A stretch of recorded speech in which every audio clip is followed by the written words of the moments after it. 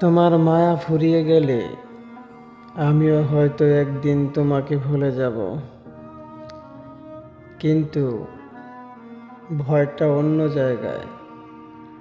তোমার মায়া ফুরাতে ফুরাতে হয়তো আমার জীবনটাই ফুরিয়ে যাবে।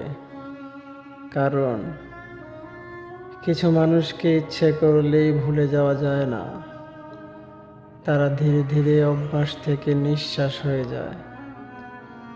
তাই প্রতিদিন নিজেকে বলি, আজ থেকে আর ভাববো না, কিন্তু দিন শেষে মনে পড়ে শুধু তোমাকেই।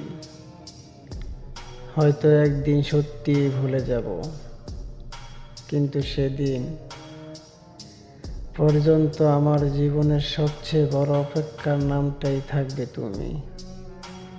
ইতি হতভাগা প্রবাসী।